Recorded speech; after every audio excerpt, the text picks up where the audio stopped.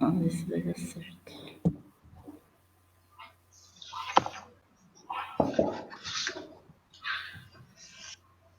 Deixa eu ver um negócio aqui.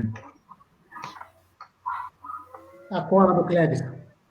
Eu tenho uma colinha aqui, porque eu falei, eu não vou conseguir pôr as imagens que eu gostaria de colocar, não sei nem se eu poderia usar, né? Então, na dúvida. Então, boa tarde a todos. Hoje mais uma live sobre um tema super polêmico, que são as calçadas. O pedestre, a forma mais democrática hoje de você se locomover através de caminhadas na calçada, e também é um meio de você perder calorias, mas muitas vezes o pedestre encontra diversos obstáculos que dificultam essa locomoção. Então, hoje a nossa live traz aqui, como para me acompanhar aqui na live, eu trouxe 2 convidados especiais. O primeiro é o engenheiro Cleberson Ribeiro, agrônomo, que trabalha na Secretaria de Meio Ambiente e Sustentabilidade de Sorocaba.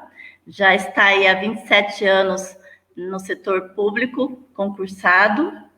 E o segundo é o engenheiro Pedro Luiz Garcia, que também atua em construção de alto padrão, é perito judicial e dá aula em universidades. Então, é interessante essa live, porque eu vou unir aí o setor público, privado e também a academia. Boa tarde, Pedro. Boa tarde, Cleberson. Boa tarde. Tudo bem, Cláudia? Tudo bom. Obrigada pela presença desde já. Então... Boa tarde, Cleberson. Obrigado pelo convite. É uma alegria estar aqui para poder tratar desse assunto importante para nossos munícipes. Com certeza.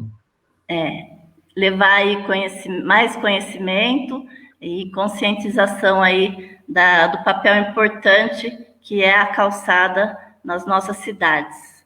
Então, vamos começar aí nosso bate-papo, e vamos começar com o engenheiro Cleberson, ele que é o idealizador da construção do Jardim Botânico de Sorocaba, também atuou aí com outros projetos importantes de arborização, gestão de resíduos, ciclovia.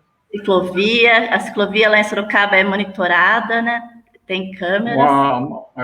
Uma porção, um trecho dela, né? É monitorado. É monitorado. Também atua em recuperação ambiental, de manejo, entre outros projetos grandes, porque 27 anos trabalhando nessa área, em diversas áreas aí do setor público, é muita história para contar. E aí, o que eu queria, primeiro ponto a tratar, as calçadas, principalmente as com qualidade, são o chão da nossa cidade, por isso a importância das calçadas. É onde a gente troca experiência, a gente convive aí no nosso dia a dia. Então, engenheiro Cleberson, por que a calçada de qualidade é tão importante para uma cidade inteligente? Bom, mais uma vez agradecer a presença, né, o convite, né? Para a gente é muito importante poder trocar trocar informações, né? Falar um pouco do nosso trabalho e, ao mesmo tempo, para aquelas pessoas que nunca pensaram sobre o assunto ou têm dúvidas sobre o assunto, a gente pode aproveitar esse momento, né? Só lembrar, né, que assim, o principal modo de transporte, desde do início dos tempos, é o modo a pé, né? Porque quando o mundo era menos tecnologicamente desenvolvido, era só a pé que a gente se locomovia, né? Então, caminhar, andar, é o principal modo de locomoção do ser humano. E, inclusive, a máquina, ser humano, né, ela foi se desenvolvendo, foi projetada para andar, né? Então, a calçada, a cidade, como é uma invenção, né? Um artifício do ser humano, ao longo do tempo foram criadas demandas, né? Então, foi criado o carro de boi, o animal começou a ser utilizado também como meio de locomoção, e as cidades elas foram se adaptando a isso e criando espaços específicos para cada tipo de modo de transporte.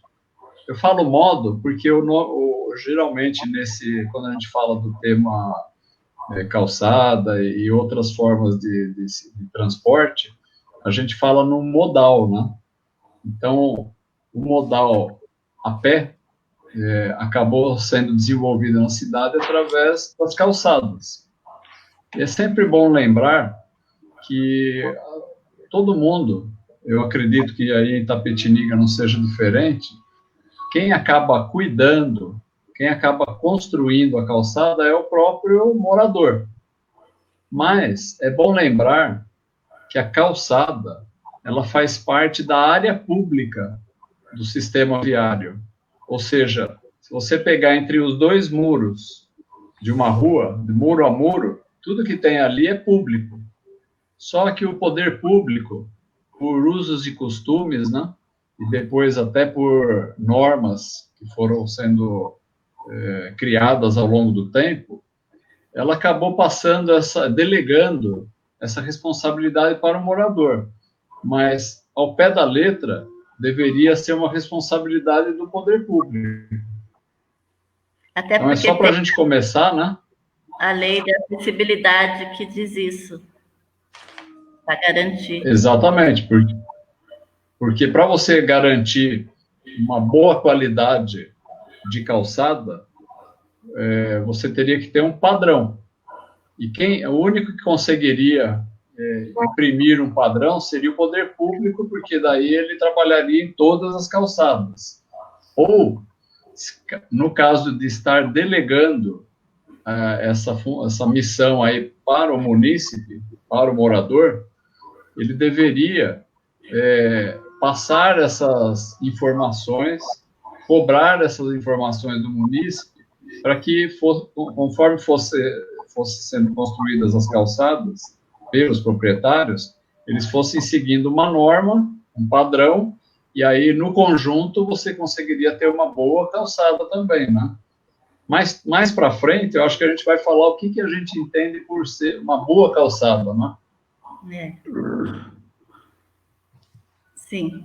E aí, pensando nos objetivos de desenvolvimento sustentável, a calçada, uma boa calçada de qualidade, poderia reduzir os custos com saúde, na medida que reduz os acidentes, tanto na calçada como quando você encontra um obstáculo na calçada, você vai para a rua e corre o risco de ser atropelado.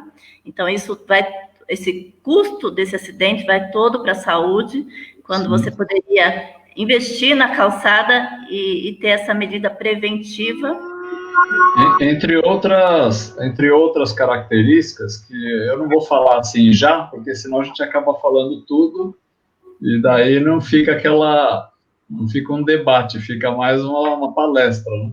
Mas tem outros elementos aí importantes na calçada que ao longo da nossa conversa aí a gente vai colocando, e obviamente se tiverem perguntas aí a gente será muito bem-vindo, porque ajuda também a gente a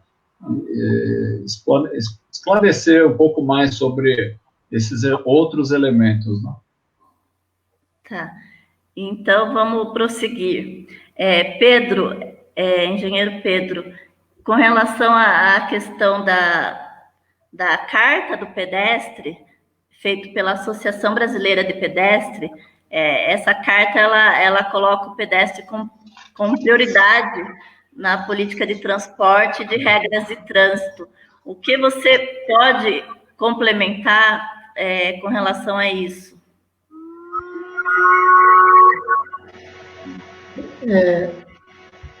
A Carta do Pedestre, foi elaborada pela Associação Brasileira de Pedestres, e com política de transporte e regras de trânsito. E ela tem que obedecer uma prioridade. A primeira prioridade é a necessidade do pedestre, que é um elemento mais frágil de todos os modais. Depois que satisfez a necessidade do pedestre, aí vem a necessidade dos ciclistas e juntamente do transporte público de passageiros. Ou seja, pensando sempre no coletivo. Depois, a necessidade com relação à restrição de horário, itinerários de ônibus, e, por último, a circulação de automóvel particular. Então, o automóvel particular, ele é o grande vilão da história. Até porque, como eu estava dizendo o Cléber, o pedestre, ele começou muito antes. Se nós imaginarmos, nós lembrarmos que o automóvel foi inventado em 1886 na Alemanha, ou seja, tem 124 anos, e o automóvel, quando veio para o Brasil, quando começou a vir para o Brasil, foi muito depois da invenção dele. Então, começou a vir no século XX o automóvel no Brasil. E comparando, por exemplo, Sorocaba, agora, no domingo passado, dia 15 de agosto, completou 366 anos de fundação. Então, nós vivemos aqui 370 anos, né? Sendo desses 370, 260 o automóvel é relativamente novo. Então, grande parte das casas da parte central da cidade, que são mais antigas, e isso também se repete nas outras cidades, Itapetininga, Itapeva, onde quer que seja, elas foram construídas sem a existência do automóvel ainda. Então, o que o pessoal fazia? Ele fazia uma calçadinha, que seria só o acabamento, mais ou menos, da casa, e a pessoa andava na rua. Andava junto com os cavalos, com as charretes, né? E aí, o que aconteceu? Quando começou a vir os automóveis, isso não foi aumentado. A rua foi pavimentada e a calçada ficou aquela parte, ficou relegado sempre, depois da vida do automóvel, a segundo plano. E uma coisa importantíssima e as pessoas quase não observam isso, o que acontece nas calçadas com os pedestres. É um buraco que a pessoa não precisa nem ter uma coisa mais grave, cair, bater a cabeça, uma torção do pé para levar a um escorregão. Tratamento prolongado, o escorregão. Então, e todo esse desconforto causado poderia ser evitado se a calçada tivesse um padrão uniforme de utilização. E nós vemos que a grande maioria das calçadas, dos imóveis, são de qualidade muito baixa, muito ruins. E quando a gente fala em qualidade de calçada, existe um padrão. Você poderia explicar para a gente esse padrão, que o mínimo necessário para uma calçada? Sim. O mínimo necessário da calçada é 1,90 m. Sendo que, na parte mais próxima da rua, uma faixa de 70 centímetros, aonde vai estar instalado a poste de iluminação, plantio de árvores, lixeira, placa de sinalização.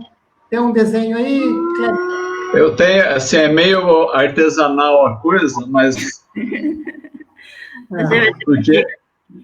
Quer ver? Deixa eu tentar mostrar o que você está falando. Espera aí, que eu já vou clicar aqui. Espera aí. Vamos ver se eu consigo. Então, você tem a calçada, como você está falando.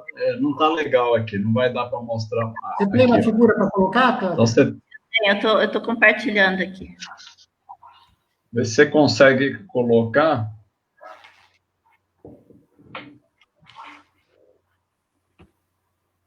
Conseguiu visualizar? Aí, ótimo. Aí. Maravilha. Então, nós observamos... Agora ela saiu. Cara, tem que ficar falando. Nós observamos aí do lado esquerdo da figura, aonde tem a árvore, tem o hidrante, mais na frente tem um poste de iluminação, depois tem a lixeira. Aí pode ser colocado também aí telefone, caixa de correio, banco, floreira, a sinalização de trânsito, e aí também onde fica a rampa de acesso para a pessoa com deficiência. De toda essa parte que corresponde a 70 centímetros da largura da calçada. Depois ficaria uma parte livre para o pedestre, que é a parte central daí, de 1,20 m, que é o mínimo para o pedestre. Esse 1,20 m, ele tem que estar totalmente livre de degrau, de ranhuras que possam levar ao desconforto, ao trafegar ou até um acidente. E depois, se a calçada tiver mais do que 1,90 m, a parte excedente, que aqui está do lado direito aqui da figura, é onde vai ser instalado, por exemplo, da frente, ou esse toldo que está aí na figura, pode ser colocado cadeira de restaurante, algum banco que pertença para o restaurante, ou para a própria casa da pessoa. Então, essa daí é uma calçada ideal. Inclusive, na parte do 1,20 m aí, o piso podotátil é visual. Certo. Daí, ali por exemplo, placa de divulgação de loja, seria nessa parte sem largura mínima. Na parte do lado direito aqui, que é no que tiver além de 1,90 m. Então, se, por exemplo, a calçada tiver 2,90 m, nesse 1 metro que vai exceder aí, que vai estar na frente da loja, é aí que ela vai colocar uma placa de propaganda, uma cadeira para o restaurante, e etc. Etc. E aí também tem que levar em consideração as conexões, que tem que ser seguras também nas calçadas. Você não pode colocar, por exemplo, um piso escorregadio.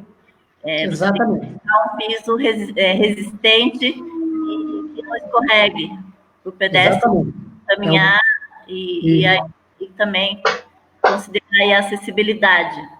Perfeitamente. Só para, viu, Cláudia, muitas vezes a gente fala termos que para nós é comum, então quando a gente fala acessibilidade, muitas vezes a pessoa que está ouvindo a gente não desconhece esse termo, né? Okay. Então seria importante, assim, falar o que é acessibilidade, para ela ir tirando as conclusões junto com a gente a respeito da qualidade da calçada, né? A calçada acessível é aquela que atende toda a diversidade de pessoas, desde pessoas com restrição de mobilidade, por exemplo, uma pessoa com um cadeirante, um carrinho de bebê, uma pessoa que está com muleta, por exemplo. Uma pessoa idosa, né, que também anda devagar, não pode ter obstáculos. Então, a calçada ela tem que ser acessível, né? Aí vem o nome acessibilidade a todas as pessoas, independente das condições físicas que ela esteja, né? Atendendo a diversidade de todas as pessoas.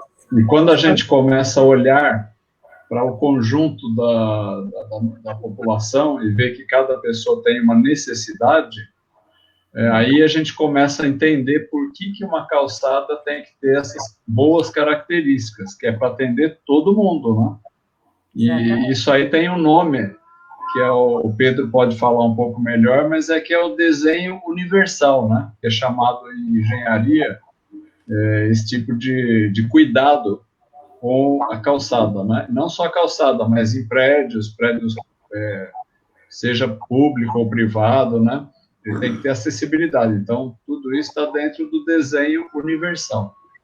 E a empatia também pelas pessoas. Você se colocar no lugar da outra pessoa, por exemplo, ao se locomover numa calçada como esta. E veja, aproveitando a figura que está sendo mostrada, essa figura aí, embora seja um desenho, é a calçada dos sonhos. Porque sim, é ideal. A largura de 70, que é para os equipamentos aí, a planta, a parte central, e ainda tem mais uma parte que seria da loja. Agora, imaginemos uma coisa. Não só a loja, né? A entrada de residências e tal. De residências. Agora, o Clébson falou no começo. Desde aí, aqui, a parede dessa loja, ou dessa residência que tem aqui, até a outra extremidade, do outro lado da rua, até aquela parede, é responsabilidade do poder público. Só que isso, até por uma questão financeira, não é levado adiante essa responsabilidade. Então, o poder público delega para os proprietários a responsabilidade da calçada.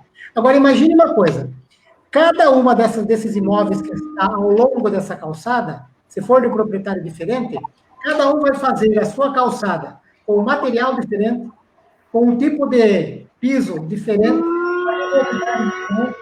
Então, aí, dificilmente você vai ter a calçada como se ela fosse feita de uma vez só, que é do começo ao fim, de uma forma uniforme. De uma para outra, sempre vai ter um degrauzinho, vai ter um pastozinho, uma junta de hidratação da calçada, e vai ter ali um para poder tropeçar. Nunca é uniforme como está mostrando no desenho. Isso daí é ao longo da história que vem vindo. Então, dificilmente a gente encontra, a menos que seja um lugar muito bem planejado, a gente dificilmente encontra uma calçada nessa configuração que está na figura, aqui no nosso país. Inclusive, assim, só aproveitando, Pedro, pegando um gancho, mesmo em locais que, em tese, você teria essa condição, por exemplo, loteamentos fechados, condomínios, nem nesses lugares você consegue essa uniformidade, porque não está incorporado na nossa cultura isso, né? Calçada é terra de ninguém, né? Exatamente. Você lembrou muito bem, até porque em alguns condomínios, quando os terrenos são maiores, na frente da casa não tem nem calçada, geralmente é gramado. Então, a pessoa, quando vai fazer uma caminhada, e agora nessa época de pandemia, tem muita gente que está confinado na casa e faz a sua caminhada dentro do condomínio, que tem que caminhar pela rua. É isso mesmo. Eu tive a felicidade aqui na minha rua, que o contrato de pavimentação da rua contemplou também a calçada. Então, uniformizou o bairro, e isso foi muito bom, assim, porque passou uma certa segurança com relação às calçadas. Uma coisa importante, Cláudia, uma vez que você teve essa sorte, vamos dizer assim, né? A prefeitura, já que ela... porque isso aí obviamente, foi pago pelos moradores, né? Mas quem promoveu isso foi a prefeitura, acredito, né? Então, essa oportunidade de ter uma calçada uniforme, ela tem que ser mantida ao longo do tempo, né? Ao longo do tempo. O que vai acabar acontecendo, pela experiência que a gente observa aqui em Sorocaba? Vai fazer uma manutenção do sistema de esgoto, vão quebrar a calçada, e corre o risco de não a consertarem da mesma forma, ou nem consertarem, né? Aí vem o pessoal do gás e vai arrebentar a calçada de fora a fora. E se ninguém obrigá-los, eles não vão recuperar da forma como era. Daqui 5, 6 anos, aquilo que era um sonho realizado vai virar aquilo que a gente já conhece das nossas calçadas, né? Que não leva em consideração o principal usuário, que é o pedestre, né? A calçada ela tem que ser bem construída, mas também bem governada, no sentido de ter essa manutenção e esse controle constante, não somente no momento... Mantendo as mesmas características, as mesmas declividades, né, para poder manter essa questão da acessibilidade, né? Exatamente. A outra questão que o Pedro ia sinalizar é a questão da drenagem também nas calçadas. Deixa eu ver se consigo abrir aqui a drenagem. A drenagem, nessa calçada que nós demos exemplo ali, ela vai ficar naquela faixa de 70 centímetros mais próximas da rua. E ali você pode ter um pavimento de grama, onde vai ter a absorção, parte da absorção de água.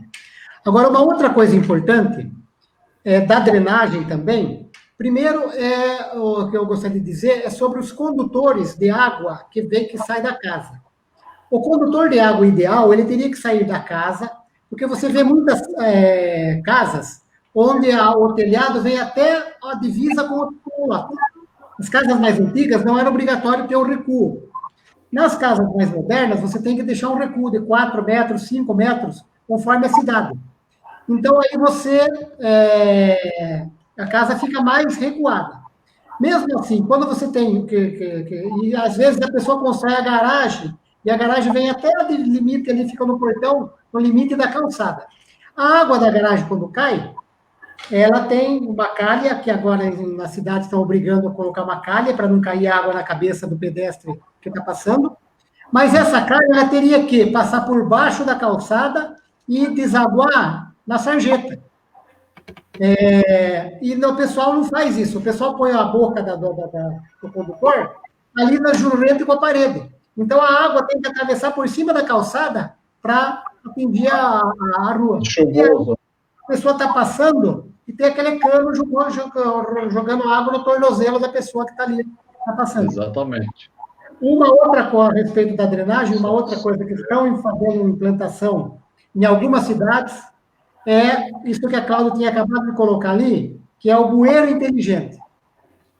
O bueiro inteligente, ele é uma grade, é um cesto de uma grade que a gente vê bem na parte central ali do bueiro. E aí ela tem uma tampa, que também é uma grade. Então, aquela parte desse cesto, e a água da chuva trazendo aí o papel que o pessoal joga no chão, papel, plástico, o que for, ela cai dentro desse cesto e não vai para o córrego. Então, se você o inteligente aí seria não jogar o lixo no chão, né, na verdade. Mas aí, Cláudia, se você puder mudar para outra figura já? Só um minutinho, deixa eu ver aqui. Na outra. Nesse aqui, né? Esta? Não, é uma anterior. Ah, tá. Peraí. Deixa eu ver aqui. Esse, pelo que eu vi aqui, é da Prefeitura de Blumenau. Blumenau.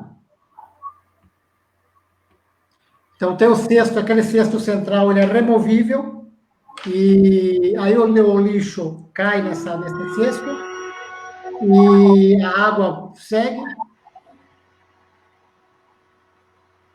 É o cesto que está aqui embaixo, na parte central ali, né? Aí cai o lixo fica parado como se fosse um coador, e aí você pode observar aquele que você colocou, Cláudia, aquele cesto que foi retirado para manutenção. Esse aqui.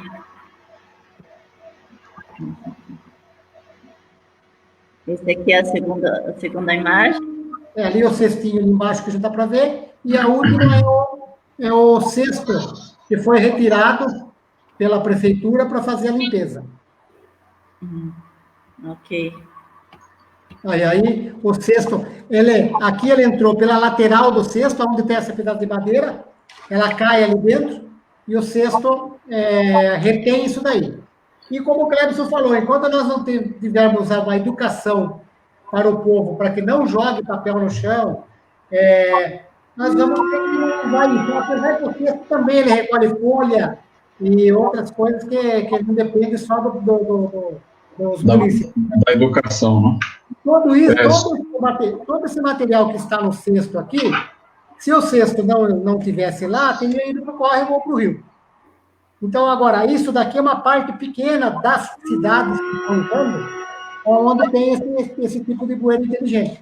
Mas é o futuro, é uma indicação aí de como pode melhorar a coleta desses resíduos. Posso completar alguma coisa sobre essa questão da drenagem também, Pedro? Claro. Quando você constrói a calçada, ela não pode ser reta, plana, ela tem que ser levemente inclinada em direção à guia, para que não pare água também, de uma chuva, alguém que lavou a calçada, não fique parada na calçada também para dificultar o caminhar, né? Então, ela teria que ter uma inclinação mínima, virado para a guia, né? De forma que a água escorra com segurança, né? Com tranquilidade.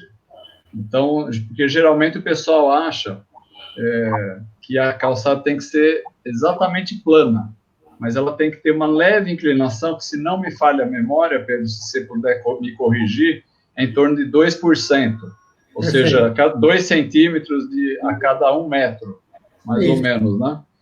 E, além disso, o Pedro colocou uma questão aí, que é a questão da drenagem, não só da calçada, mas a drenagem como um todo, né? Se a calçada tivesse uma faixa, que é a faixa que foi falado aí, que você colocou como a faixa de serviço, onde está a árvore, onde estão os equipamentos, né? Se essa faixa fosse gramada, por exemplo, ela colaboraria muito em absorver a água de chuva e aumentando a permeabilidade do solo e diminuindo a quantidade de água que provocaria enchentes e essas coisas, porque uma outra característica que caracteriza a nossa cidade é que ela impermeabiliza todo o solo e isso gera enchentes, né, no ponto mais baixo. E também a água não penetrando no solo, ela vai ajudar a diminuir as nascentes também, que são importantes para a produção de água para nós mesmos, né? Então, você vê que uma calçada pode colaborar não só com a questão da mobilidade, mas ela acaba ajudando em outros elementos também. E aí é justamente sobre isso que eu queria falar agora com o engenheiro, colocando a palavra para o engenheiro Clepson, que ele já está falando, e sobre calçadas vivas, que ajudariam, inclusive, nessa parte de drenagem. Por exemplo, um plantio adequado de árvores, tornando a calçada, além de melhorar a drenagem, tornando a calçada mais agradável e atraindo mais pessoas para aquele ambiente ali, com a circulação da calçada. O que você faz assim, para tornar a calçada essa calçada mais viva? Então, antigamente, a gente ouve falar, né? Porque, infelizmente, eu não peguei essa época aí, tá?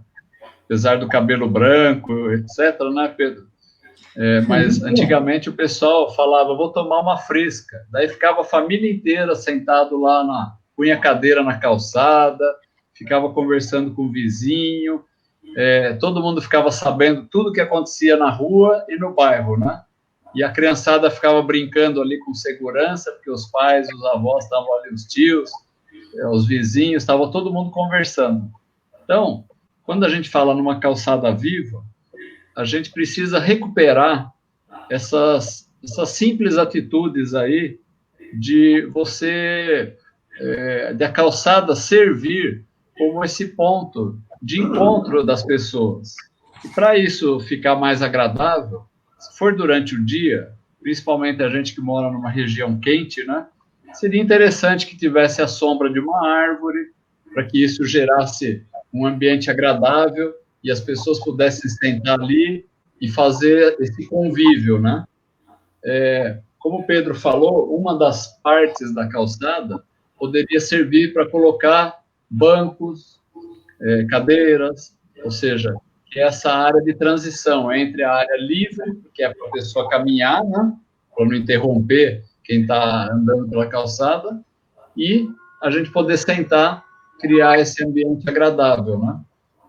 E aí, para você ver mais uma vez, nós estamos falando de calçada, mas se as pessoas voltassem a ter esses hábitos, esses bons hábitos, né, de conversar na rua, né, você ajudaria até a questão da segurança na rua, né? Porque teria mais gente e aquelas pessoas que não gostam de gente porque querem assaltar uma casa ou fazer alguma coisa indevida, tendo gente na rua, morador, ele ia ficar inibido, né? Então, a calçada ajudaria até na questão da segurança. Por isso que a calçada tem que ter tem que ser viva, né? Ela tem que ser bem feita e ter o espaço adequado para que as pessoas se sintam confortáveis ali para poder permanecer e poder trocar, tornar a nossa cidade mais humana, né? Construir áreas de convivência, para até mesmo o lojista interagir ali e dar mais segurança. Dentro desse aspecto aí da cidade, da calçada viva, uma outra coisa que o pessoal fala muito é o lojista, quando ele põe uma porta de aço na frente da loja dele, quando ele fecha aquilo, ele acaba tornando uma visão assim, muito árida do local. Se ele puser uma vitrine, ou seja, um fechamento de vidro, a própria iluminação da vitrine dele ajudaria a tornar mais bonita a loja dele e também ajudaria a iluminar mais a calçada. Então, você tornaria também essa calçada mais viva, né? Só fazendo um complemento disso daí, Clebson, quando você pega, por exemplo, as áreas centrais das cidades e você vê que tem a rua e logo já tem as calçadas e imediatamente as lojas ou as residências. E você bate uma foto disso ou observa essa rua. Aí você vai para um condomínio recente e você vê a casa, a rua com a calçada e depois a casa recuada.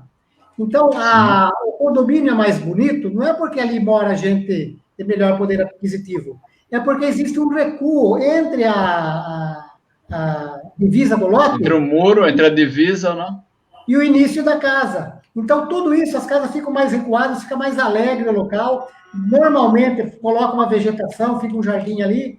Então, a pessoa não se sente andando como se estivesse dentro de um corredor. É uma coisa, um lugar muito mais amplo, mais bonito de ver. E aí existe também um outro fator, no caso dos empreendedores, dos condomínios, que se você tirar 1 metro, por exemplo, o terreno tem 25 metros de fundo, né? Se você colocar 1 metro a mais de calçada, que ficaria muito mais bonito, muito mais alegre o lugar, você está perdendo 1 metro no lote. Ou seja, de cada 25 lotes, você perde 1, em torno de 4%. E o pessoal das empresas de loteamento não querem perder 4%. Então, enquanto não tiver uma mudança de mentalidade do próprio consumidor exigir que a calçada seja mais bem contemplada pelos empreendedores, vamos continuar por um bom tempo ainda. Então, aí a gente fala de um elemento importante, que uma coisa é o que a gente quer, uma coisa que a gente acredita. Agora, como a nossa sociedade ela funciona através de regras, de leis, né? Então, quem sabe temos que criar leis que obriguem, né? Já que não dá para ser pela forma mais da consciência, né? Tem que ser pela obrigatoriedade, né? Você falou da questão de recuos nos terrenos, né? Mas, infelizmente, mesmo em locais que não são condomínios, e em ruas normais, né? Fora de condomínio, você tem o recuo também, porém, por um problema de segurança, as pessoas têm construído muralhas, né? Que acaba escondendo o jardim, e aí tornando a cidade cada vez mais árida e menos viva. Então, se a gente, só para citar um exemplo, em Porto Alegre, que é uma cidade brasileira também, né? Lá é proibido construir muralhas na frente de casa. A pessoa pode pôr gradil, porque o gradil é permeável ao olhar, você enxerga o jardim, e quem está lá dentro enxerga o que está acontecendo lá fora. Então, isso acaba tornando a cidade mais segura. Vocês já devem ter ouvido muitas histórias, né? Da pessoa que chega em casa, uma casa com muro, uma muralha na frente, abre o portão e entra de carro. Chega lá dentro, o assaltante estava esperando a pessoa. Por quê? A muralha está escondendo o assaltante. Então, essa questão da muralha ela é uma coisa que não é bem assim uma verdade que ela torna mais segura. E, por outro lado, voltando na nossa calçada, né, a muralha deixa a calçada horrível, porque você não agrega o jardim à paisagem da rua, né? Então, seria um outro olhar para a nossa cidade também, né?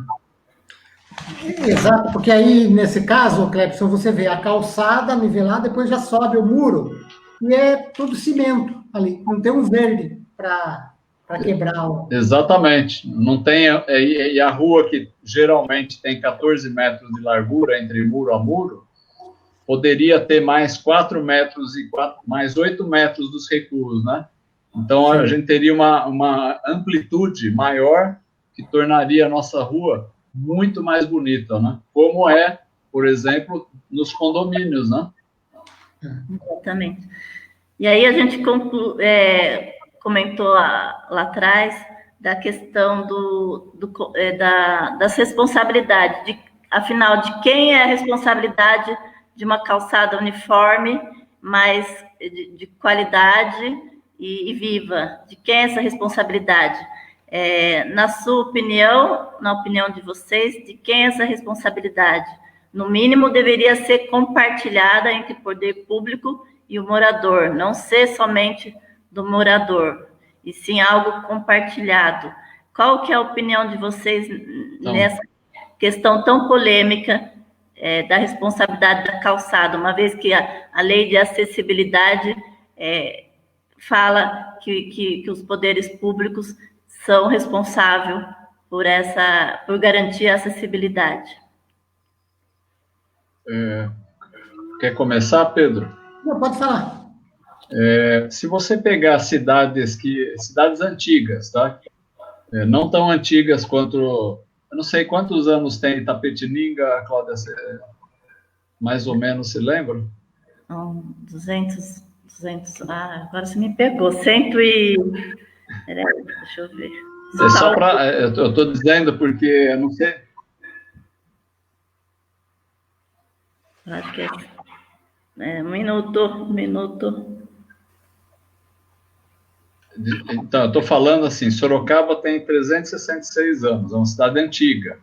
Quando ela começou o seu processo de urbanização, que nem o Pedro falou, não tinha carro, não tinha um monte de coisa. Então, o artifício da calçada ele foi surgindo mais para frente, né?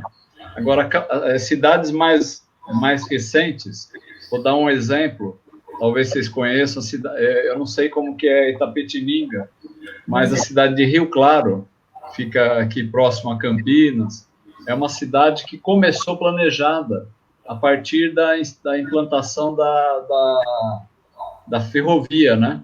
Então, você anda na cidade, todas as calçadas começaram com um padrão, que no caso lá é aquela pedra portuguesa.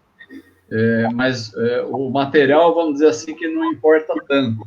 Mas o fato é que ela é totalmente uniforme, porque começou assim. No caso de cidades antigas como Sorocaba, como ficou aquela dúvida se a calçada era do público ou do privado, acabou por usos e costumes ficando uma responsabilidade do morador. Agora, no meu entender, se a gente tivesse que mudar, porque se você andar em Sorocaba, por exemplo, eu diria que 99% das calçadas são irregulares, não servem para a gente ter uma caminhada ou para o modal a pé seja bem realizado, né? Porque ele tem obstáculos, ele tem degraus, ele tem diferentes tipos de materiais, ele tem declividades totalmente incompatíveis com a questão da acessibilidade. Então, para a gente poder alterar isso, o custo disso seria imenso, né? Porque vamos imaginar que Sorocaba tem 5.000 ruas. Para você mudar todas as calçadas da noite para o dia seria impossível. E do ponto de vista ambiental seria totalmente insustentável, né? Então, o que foi feita uma lei aqui em Sorocaba que, a partir de agora, né, desse momento, do ano passado, toda a calçada vai continuar sendo feita pelo morador, mas, se for uma casa nova, ele vai ter que ter, para receber o habite, que é o documento que autoriza ele a utilizar a casa, ele vai ter que passar por uma fiscalização da prefeitura, para ver se ele seguiu as normas de construção de calçadas. E isso, com o tempo, né, as reformas, ou seja, daqui algumas décadas, né, a gente pode chegar a ter uma calçada coerente na cidade como um todo. Mas, por outro lado, existem muitas vias de grande fluxo na cidade que a segurança ao pedestre é muito mais importante, porque são vias de velocidade maior dos veículos, e nesse caso eu entendo que o poder público deveria agir por conta própria, ou seja, não esperar o munícipe, porque até isso acontecer vai demorar tanto e muita gente pode ser atropelada, porque uma via de alta velocidade, de volume de veículos grande, a chance de alguém ser atropelado é muito maior. E a quantidade de pessoas também é maior por conta do comércio, que é mais exuberante nesse tipo de via, né? Então, eu entendo assim, que ele tem que ser compartilhado, mas dependendo do tipo de via, o poder público tem que agir imediatamente, dentro de uma prioridade e dentro de uma programação, né? Dentro de um plano. Nas calçadas com características mais residenciais, a prefeitura ela tem que orientar os moradores e os técnicos que atuam na cidade, principalmente engenheiros civis e arquitetos, né? E os próprios pedreiros, né? Porque muitas vezes não tem nem o engenheiro, né, Pedro? E nem o arquiteto. Quem atua lá é o próprio pedreiro, ou às vezes até o morador, né, para poder economizar, né? Mas ele teria que seguir normas, e essa norma poderia vir através de uma cartilha, através de uma recomendação que deveria ser seguida e fiscalizada, para que um dia a gente consiga ter calçadas como um todo na cidade de boa qualidade, né? Aí só pegando o gancho, só para te responder, Tapetininga vai fazer 250 anos esse ano. Ou seja, é uma cidade relativamente antiga, né? Antiga. Eu não sei se ela tem porções mais planejadas e porções que são da origem dela, né? Exatamente. E aí, pegando o que você comentou, a pergunta do Otávio Meneghella, que é meu irmão. Será parente? Irmão. Ele falou que como exigir o cumprimento dos padrões nas calçadas. E essa política que Sorocaba implantou é uma forma de você cobrar isso do morador e fiscalizar. Em Sorocaba foi feita uma lei. Não vou saber te informar o número da lei agora, mas posso repassar depois. Uma lei que fala como o munícipe tem que agir na construção de calçadas, tá? Eu gostaria de lembrar para informar os ouvintes, né, que nós, a Cláudia, o Clebson e eu, acabamos de nos formar aqui na FACEM Sorocaba, no curso de especialização em cidades inteligentes. E, durante o curso, nós elaboramos uma tabela de classificação das calçadas para que o poder público pudesse, pelo menos, ter um mapeamento de como estão as cidades, as calçadas, em toda a cidade. Então, foi feita uma tabela onde foram feitas apenas 2 perguntas. A dificuldade de reparo da calçada, quando ela já está pronta, principalmente na área central, e a dificuldade de locomoção que a pessoa tem nessa calçada. Aí você pegando, são 2 perguntas, você vai ter um grau de dificuldade pequeno, médio e grande, tanto para a trafegabilidade da calçada, como para o grau de dificuldade de reparo. Então, você tem 3 itens aqui, com 3 aqui, multiplicando, vai dar 9 tipos de calçada. E a 10ª calçada, ou a número 1, é a calçada ideal, perfeita. Então, se você puder colocar, Cláudia, E a gente vai dar alguns exemplos da calçada, os absurdos que foram feitos por alguns dos munícipes e que resultou uma situação que dificilmente vai poder ser reparado a curto prazo. Então, aqui, aí, a gente podendo, se puder subir um pouquinho mais, cara. Aqui, o grau Pedro, só aproveitar, você foi bonzinho quando você falou alguns moradores, né? Eu diria que é a maioria. Sim. Então, no trabalho, Pedro, ele mapeou os graus de dificuldade de reparo, né? Então, aqui, você vai olhar, por exemplo, sobe só um pouquinho mais. Aí, do primeiro. Aqui, né? Aqui, ó. Tem que ser... Essa coluna da trafegabilidade e a outra da dificuldade de reparo que a calçada apresenta. Então, o número 1 é ideal. Está perfeita a calçada. Aí a gente vem, número 2. No lado direito, aqui, ó, sem dificuldade técnica para reparo. E aqui, 3, sem dificuldade técnica para reparo. E aqui, pequeno problema de traficabilidade, médio problema de traficabilidade e grande problema de traficabilidade. E aí depois, dificuldade de reparo, grau médio. Depois, pequeno, dificuldade de reparo, grande e média. Aí a última, grave problema de técnico de reparo e um pequeno, médio, grave problema de traficabilidade. Então, a número 10 é a pior que tem. Ou seja, é a grande problema de reparo e grave problema de traficabilidade. Subindo um pouquinho, Cláudio, a gente vai ver o número 1 da calçada. Uma foto, né? Que é a número 1. Não, essa é o contrário. Aí, veja essa calçada aqui onde o pessoal está andando aí. Você tem uma faixa de 1,20 m, onde tem o limite onde estão as duas pessoas ali. Do lado esquerdo, um piso podotátil, uma calçada ela é antiderrapante, ou seja, a pessoa caminha aí com muita tranquilidade, sem nenhum problema de tropeçar em alguma saliência ou em algum buraco. Então, essa é a número 1, é a ideal. A número 2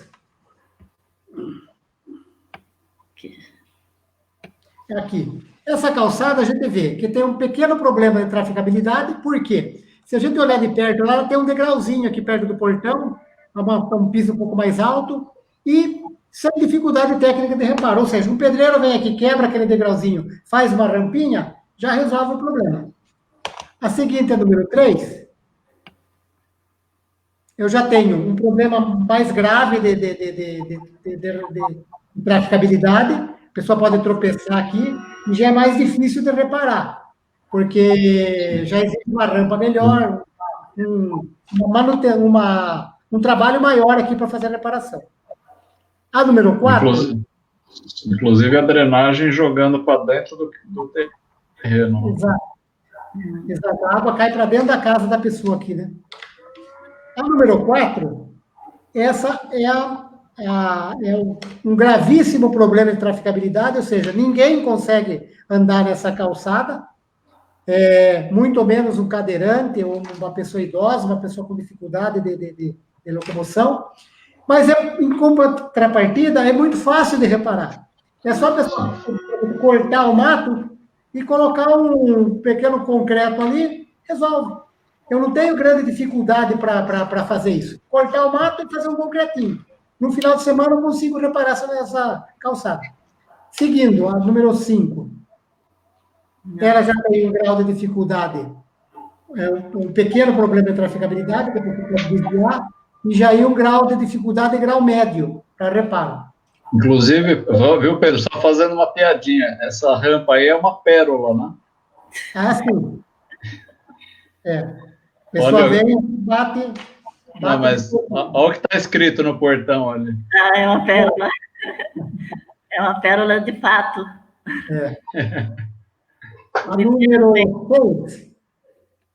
A número 6 já... Nossa, essa é uma situação terrível. Acho que pulou uma, Cláudia. Volta um pouquinho, por favor. Não, 5 ou 6. Não, essa aí mesmo. Veja essa. Foi. Essa aqui já é a número 6. Médio problema de traficabilidade e dificuldade de reparo, grau médio. Já vou ter que fazer uma intervenção muito maior aqui. Tirar toda essa rampa, essa parede que a pessoa construiu aí e fazer uma rampa mais adequada. Prosseguindo... E não sabemos também se tem 1,20 m mínimo aí para aquela área livre, né? Porque tem uma árvore no meio do caminho também. Né? É isso que eu ia falar. Como lá atrás faltou orientação, a árvore e a lixeira foram colocadas no meio do caminho. Exatamente. O correto é que a lixeira e a árvore fiquem na faixa de serviço, que é encostada com a guia. Até sabe por que dar segurança. Sabe por que acontece isso aí muitas vezes, Cláudia?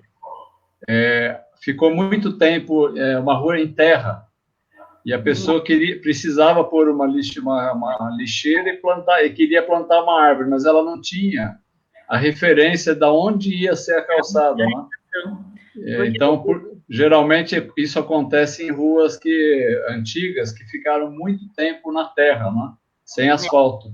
O ideal é que essa faixa de serviço seja realmente entre a guia e a calçada, e a faixa livre, até para proteger o pedestre, se acontecer alguma coisa na rua, ele está no meio da calçada e ele tem mais proteção do que se ele tivesse na beira. No meio fio, né? É verdade. Esse é um ponto importante, Cláudia, que você falou, porque da proteção do pedestre. Por que pode voltar, por favor, naquele ali. Daí, por que tecnicamente seria melhor fazer a faixa do pedestre mais próxima da rua? Da guia. Porque veja aqui, ó, a mureta aqui é mais baixa do lado da rua. Então, toda a diferença de entrada de garagem, rampa, ela se dilui na medida que ela vai chegando mais próximo da rua. Mas, o pedestre fica mais vulnerável ali. Então, se o carro perde a direção e entra na calçada, ele vai ter ali uma árvore, para proteger o pedestre que vai estar no meio da calçada, que é o correto. Porque se ele, por exemplo, levar um tombo, se ele estiver no meio da calçada, ele fica na calçada. Se ele estiver na quina da calçada, ele já pode cair dentro da rua. Perfeitamente. E também é outro ponto aí. Vamos para o seguinte. Número 7. Aqui. Já é um grave problema de traficabilidade. Como é que a pessoa anda aí? Olha só a grossura da árvore. Que espaço que ela tem entre a árvore e a parede. Meio metro. Não dá. Não passa quase uma pessoa ali. E a dificuldade menos uma cadeira de rodas. Sim, não tem condição nenhuma aí de uma cadeira de roda, não. Exatamente. Até uma pessoa de muleta fica complicado andar aí. Sem dúvida. A seguinte, já tenho uma pequena problema de traficabilidade, que é só que agora, e um grave problema, né, de técnico para reparo, porque como é que eu vou tirar agora esse poste que tem no meio? A classificação... E olha que essa calçada aí ainda puseram aquele piso próprio para deficiente visual, né? Exatamente. É o piso tátil, né? Ele vai direto no poste. Vai bater a cabeça no poste. Exato. A seguinte, que é a número 9, vai piorando, né? Você está vendo. Então, aí a 9 é o médio problema de traficabilidade, porque a calçada é estreita, e um grave problema técnico para reparo. Como é que eu vou poder alargar essa calçada agora que ela está desse tamanho? Né? E aí a última é a pior de todas, que é um grave problema de traficabilidade e um grave problema técnico de reparo. Porque, veja bem, a pessoa ali, o dono dessas casas aí, pensou no carro dele só. Então, ele construiu aqui, onde está passando esse pedestre, o portão da garagem dele, ele nivelou a calçada, desconsiderando que a rua tem uma grande inclinação. Ele nivelou a calçada e o resto que se vire. E aí, o que acontece? O de cima fez a mesma coisa, ele nivelou a calçada. E para nivelar, o que ele fez? Ele pegou a parte do central do terreno dele, do meio do terreno, e deixou na altura da guia. Aí ele cortou para cá, onde a rua sobe, e aterrou para o lado de baixo. Então, veja só a parte de cima. Está nivelado, bonitinho para o carro dele poder entrar e sair da garagem. Mas causou 3 degraus para a pessoa subir. Esse homem que está passando aí, ele provavelmente já está na direção, ele vai subir pelos 3 degraus, mas se for um idoso, ele certamente vai ter que sair pela sarjeta, pela rua, para depois poder acessar a outra segmento da outra calçada. Na E é calçada, onde ele vai correr. vai ter que fazer a mesma coisa, sai pela rua. Então, e o cadeirante, como é que faz isso daí? É. Vai Ele não sofrer tem- um acidente, vai ser atropelado. Eu tenho um grave problema aí com a pegabilidade, porque obriga a pessoa a ir para a rua, e grave problema técnico de reparo, porque uma vez que foi feito essa grande excrescência de engenharia, como é que eu faço o reparo agora? Pois é. Então, então, foi feito esse mapeamento para dar um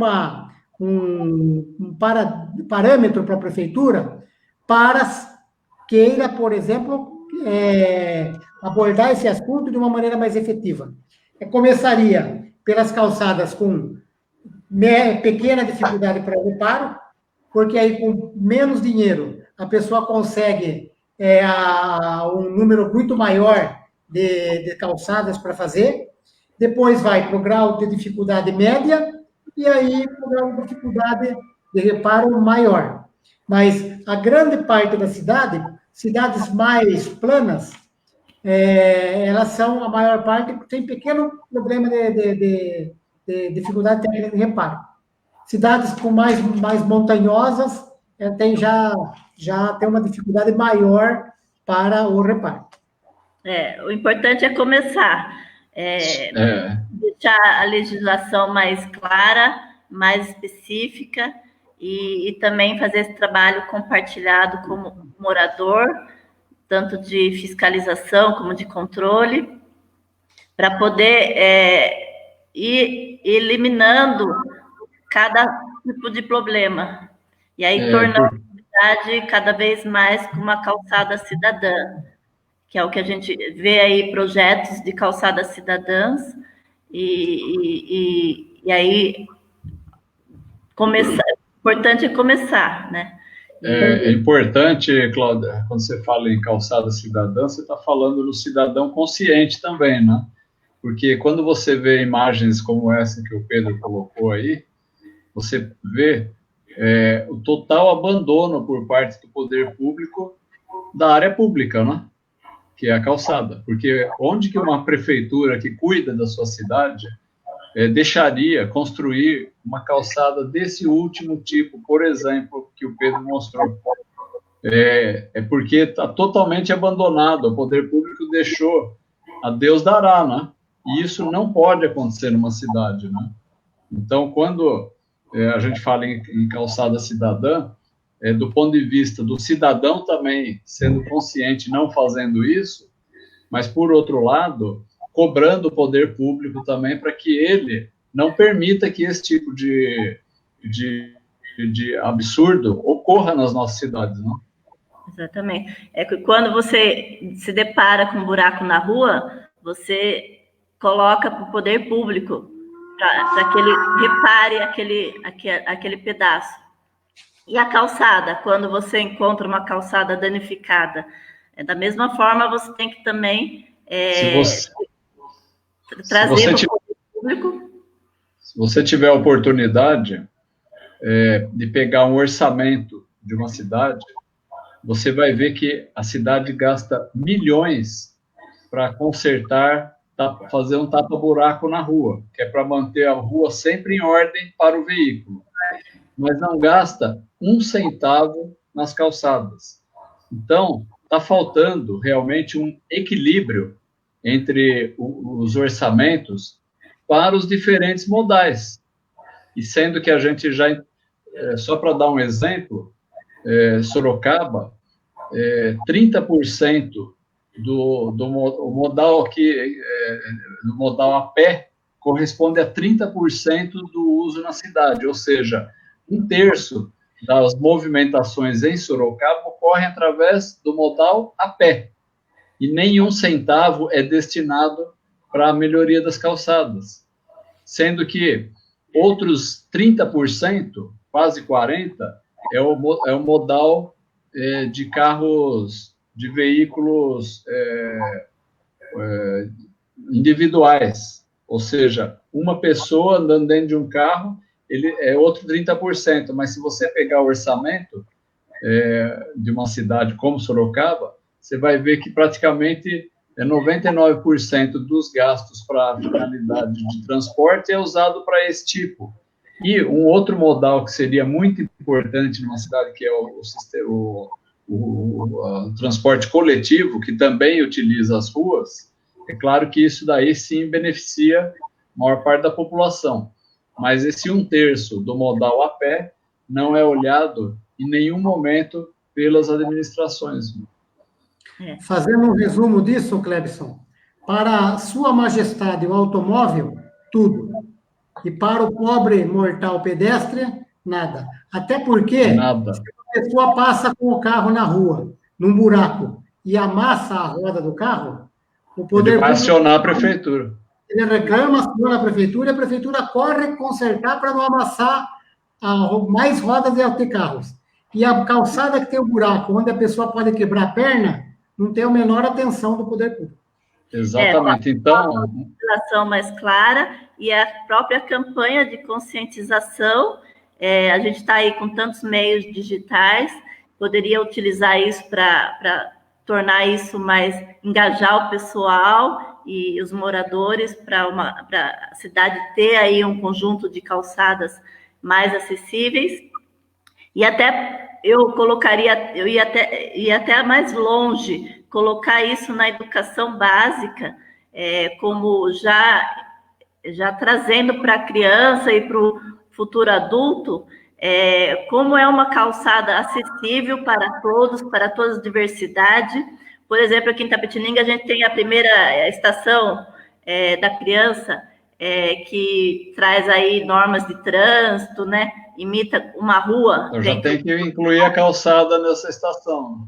Exatamente, incluir a calçada, mostrar a acessibilidade da calçada, as normas de segurança, e a faixa livre, a faixa de serviço, e colocar isso na educação básica e trazer até a fase adulta uma maior conscientização e engajamento para construir aí uma cidade com calçadas melhores. Só pegando o gancho do Pedro, né, que a gente fez o curso de inovação, gestão e inovação em cidades inteligentes, nesse aspecto da calçada, a cidade inteligente é aquela que consegue fazer uma calçada simples e eficiente, ou seja, não exige muito conhecimento para isso, exige só boa vontade e vontade política também de resolver esse problema tão grave nas cidades, né? E aí, pegando o gancho também das cidades inteligentes, você atrair mais pedestre para a calçada, tornando ela mais segura, tornando ela mais atraente, você vai, além de reduzir o custo com saúde, porque você reduz os acidentes nas vias públicas, você também vai reduzir o congestionamento, o trânsito de veículos, e aí a emissão de gás carbônico. Então, tem toda uma cadeia. A pessoa está fazendo exercício, né, que também é importante. Ou seja, a cidade inteligente, se a gente olhar bem, assim, é uma cidade simples, né, onde você pode exercer o potencial do ser humano, né, de se locomover, etc. A pessoa não precisa pegar o automóvel e ir até a academia para andar na esteira, ela poderia andar na calçada, na verdade. Exatamente. Um outro fator também a respeito do que você falou, Cláudia, é que o defeito, uma vez que ele é identificado, se ele não é reparado de imediato, as pessoas vão acostumando com ele. E aí as calçadas foram sendo feitas ao longo do tempo, esses problemas, como aquele que nós citamos no último lá, onde tem 3 degraus para a pessoa poder acessar a escada de cima, vão sendo feitos assim, e as pessoas vão vendo aquilo e vão achando que aquilo é normal. Exatamente. E não pode uma calçada onde coloca o pedestre em risco. As pessoas têm que se levantar, têm que ir atrás disso, e para corrigir isso. É inadmissível uma coisa que coloca em risco o pedestre. No caso do trânsito, a gente vê, tem todo o benefício, toda a regalia para o automóvel. E o pedestre, o idoso, o problema com dificuldade de locomoção, fica relegado ao segundo plano. Não precisa ser assim. Viu, Cláudia, só para falar a questão do tempo, né? Eu acho que se você que é uma pessoa assim, que não trabalha em poder público, mas é uma pessoa muito interessada para que a sua cidade seja melhor, né? Eu sugeriria, e no caso eu participaria com muito prazer também, que a gente fizesse lives de cada item, de tudo que a gente falou. Então, por exemplo, uma live só sobre a questão da arborização das calçadas. Uma outra live, Pedro, mostrando como fazer uma calçada, que ela será muito educativa, né? Para evitar isso que você acabou de falar. A pessoa, por usos e costumes, vai achando que o errado é certo. Mas se a gente fizer uma live educativa, mostrando passo número 1 para fazer uma calçada, passo número 2, e pegar todos os outros elementos e fazer uma live para cada um. Com certeza, ao final dessa série, a gente vai poder ter contribuído bastante para que as nossas calçadas, seja em Itapetininga, seja em Araçoiaba, seja Sorocaba, ou seja, qualquer cidade, sejam de melhor qualidade, né? Porque está faltando um pouco também de orientação técnica sobre as coisas, né? Falando isso, complementando isso, Clebson, imagine, por exemplo, você dentro de um shopping center, onde, na verdade, são calçadas onde você anda, né? E que tivesse dentro do shopping, num determinado ponto, um degrau de 1 centímetro. Que é Nossa, ia cair, gente. E outra coisa, a pessoa já ia se rebelar contra o shopping, falar, como que você não conserta uma coisa dessa? Um absurdo desse. E aqui, exatamente. Encontra buraco, degrau de 40 centímetros, e o pessoal vai ser... Ninguém fala nada.